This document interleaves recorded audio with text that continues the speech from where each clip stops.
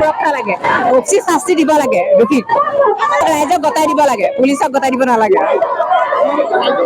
হয়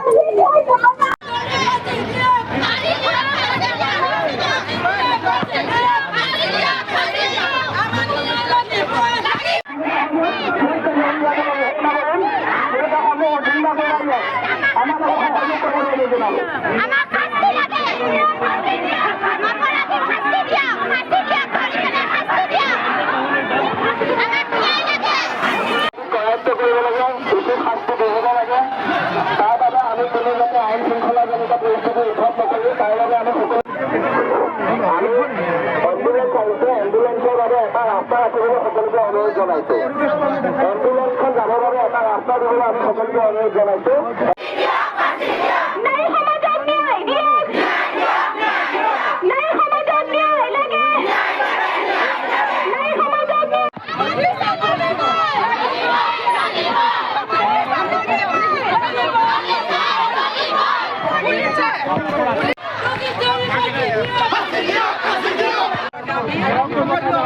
আমি বজাৰতে সকলো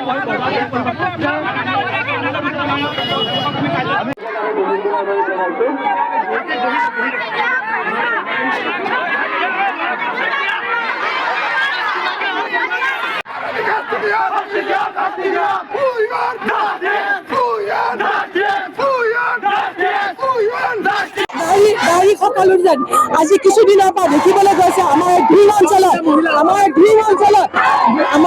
অঞ্চলত নাৰীখিনি অসুৰক্ষিত হৈ আছে। কাৰণ যোৱাকালি যিটো ঘটনা ঘটিলে, যি এগৰাকী কিশোৰীৰ ওপৰত যিটো অত্যাচাৰ আৰম্ভ হ'ল আৰু এতিয়ালৈকে 24 ঘণ্টা পাৰ হৈ যোৱাৰ পিছতো দোষীক কৰায়ত্ব কৰিব নোৱাৰাটো এটা লজ্জাজনক কথা।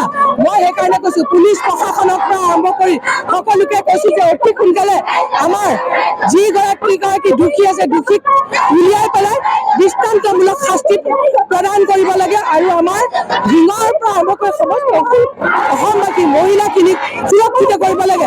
মই এইখিনিতে এটা কথা কওঁ যে যিহেতু গৃহ বিভাগটো মাননীয় মুখ্যমন্ত্ৰী তত্বাৱধানত আছে, গতিকে তেখেতৰ ইমানবিলাক বিভাগ লৈ আছে, গৃহ বিভাগটো এৰি দিয়ক, তেখেতে পাৰা নাই, চম্ভালিব পাৰা নাই তেখেতে। গতিকে গৃহ বিভাগটো তেখেতে এৰি দিয়ক, দি পেলাই বেলেগ এজনক দিয়ক দায়িত্ব, যাতে অতি সোনকালে আমাৰ মহিলাসকল সুৰক্ষিত হয় আৰু ল এণ্ড অৰ্ডাৰ চিটুৱেশ্যনটো যাতে শান্তিমূলক হৈ থাকে।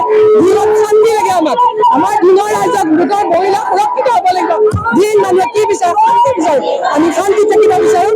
গতিকে এইখিনিয়ে ক'লো, অতি সোনকালে আমাৰ দোষীক কৰায়ত্ব কৰি তোলক আৰু দৃষ্টান্তমূলক শাস্তি দিয়ক। দোষী যোনেই নহওক দৃষ্টান্তমূলক শাস্তি দিয়ক। পুলিচ প্ৰশাসনৰ প্ৰয়োজন নাই। পুলিচ প্ৰশাসনে কি কৰি আছে? সাধাৰণ বাঘ এটাকে ধৰিব পৰা নাই, জেগাত এটা বাঘ এটাকে ধৰিব পৰা নাই। কি এতিয়া এক পেটত অধিকাই ধৰিব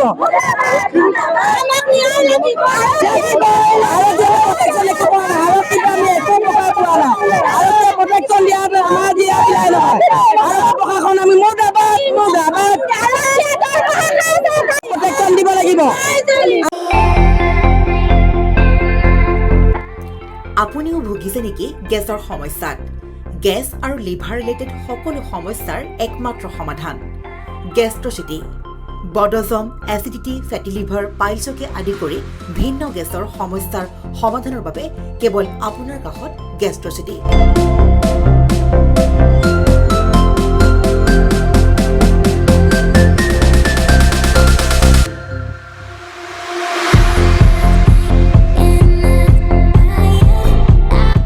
ভিজিট কৰক গেষ্ট্ৰচিটি গুৱাহাটী হাতীগাঁও চাৰিআলি যোগাযোগ নম্বৰ 7577999909